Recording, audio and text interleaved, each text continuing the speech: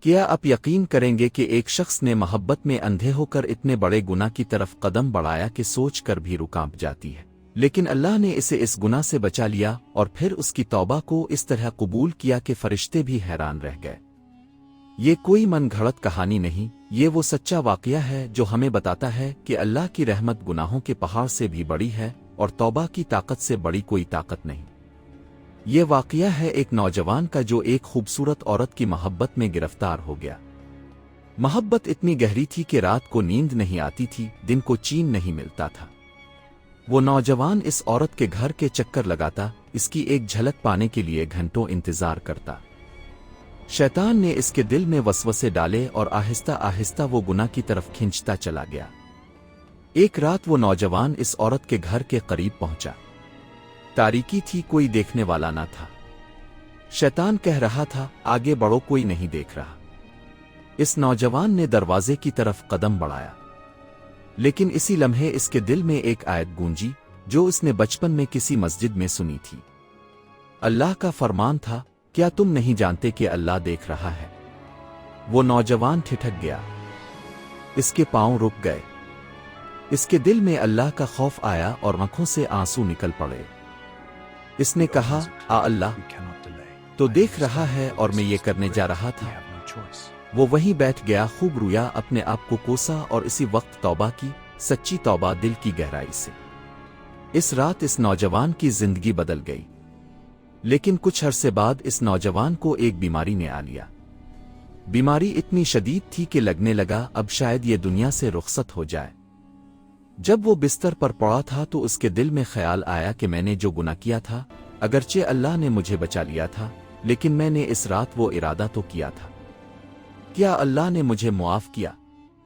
اسی حالت میں اس کے پاس ایک نیک عالم آئے۔ اس نوجوان نے پوری کہانی سنائی، کیسے وہ گناہ کے قریب گیا، کیسے اللہ نے بچایا اور کیسے اس نے توبہ کی۔ عالم کی آنکھیں بھیگ گئیں۔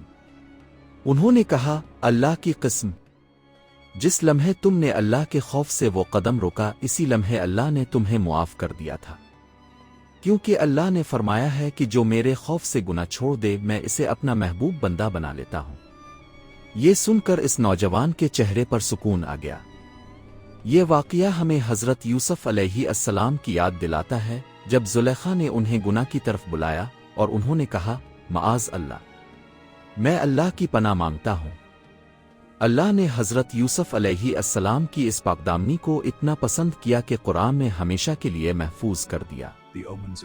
توبہ کی طاقت کے بارے میں حضرت محمد صلی اللہ علیہ وسلم نے فرمایا، اللہ کو اپنے بندے کی توبہ پر اتنی خوشی ہوتی ہے جتنی کسی شخص کو اپنا گمشدہ اونٹ صحرا میں ملنے پر ہوتی ہے۔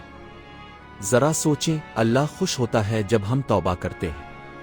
وہ انتظار کرتا ہے کہ اس کا بندہ لوٹے، معافی مانگے اور وہ معاف کر دے۔ آج ہم میں سے کتنے لوگ ہیں جن سے کوئی نہ کوئی گناہ ہو گیا ہے؟ کتنے لوگ ہیں جو کسی محبت میں، کسی کمزوری میں، کسی لمحے کی غفلت میں غلط راستے پر چلے گئے؟ لیکن یاد رکھیں، گناہ ہو جانا انسان کی کمزوری ہے، لیکن توبہ نہ کرنا سب سے بڑی غلطی ہے۔ شیطان چاہتا ہے کہ اب سوچیں کہ اب بہت دیر ہو گئی، اب معافی نہیں ملے گی، لیکن یہ شیطان کا سب سے بڑا جھوٹ ہے۔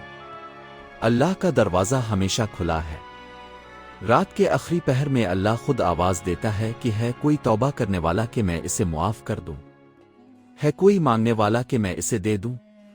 آج ہی توبہ کریں، ابھی توبہ کریں، کیونکہ توبہ کی طاقت سے بڑی کوئی طاقت نہیں اور اللہ کی رحمت سے بڑی کوئی رحمت نہیں۔